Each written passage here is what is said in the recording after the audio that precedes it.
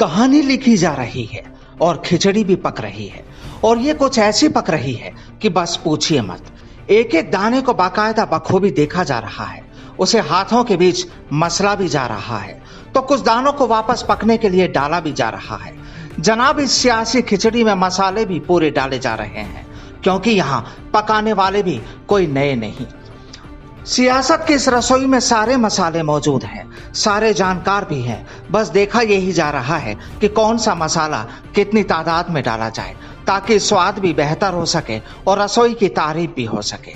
लेकिन इस सियासी रसोई में जब दो लोगों के बीच खिचड़ी पकाने की होड़ मची हो और अपने अपने मसालों से वो अपनी कारीगरी को साबित करने में लगे हैं, और राजस्थान की करीब 8 करोड़ जनता बस अब इसी इंतजार में है कि आखिर सियासी रसोई में ये पक क्या रहा है। लेकिन मुद्दा यही है कि अब जनता का इंतजार जो हो, लेकिन यहाँ तो मसाले ही डाले जा रहे हैं।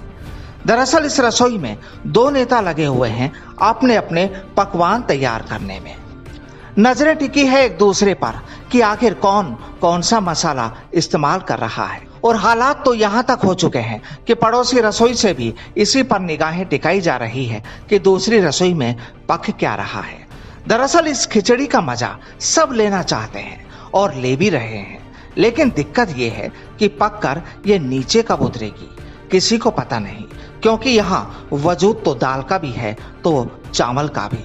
अब साहब, चावल तो पुराना है, तो जाहिर है कि आसानी से तो सब कुछ होने वाला नहीं। ये सियासी कहानी समझ आपको भी आ रही होगी, और इसके हर मसालों को जानते आप भी हैं। बस अचानक जो भी हुआ उसकी खबर किसी को नहीं थी। लेकिन कहा तो ये भी जा रहा है कि खिचड़ी तो साल की शुरुआत से ही पक रही थी। कांग्रेस की या फिर कहें पायलट की खिचड़ी तो पड़ोसियों के रसोई में पक रही थी। दरअसल ये हम नहीं कहते, ये तो सूबे के मुखिया कहते हैं। बात में कितना दम है ये भी वो ही जानते हैं। लेकिन सूबे की राजनीति में जो कुछ हो रहा है उसकी हर तस्वीर राजस्थान की 8 करोड़ जनता जरूर देख रही है।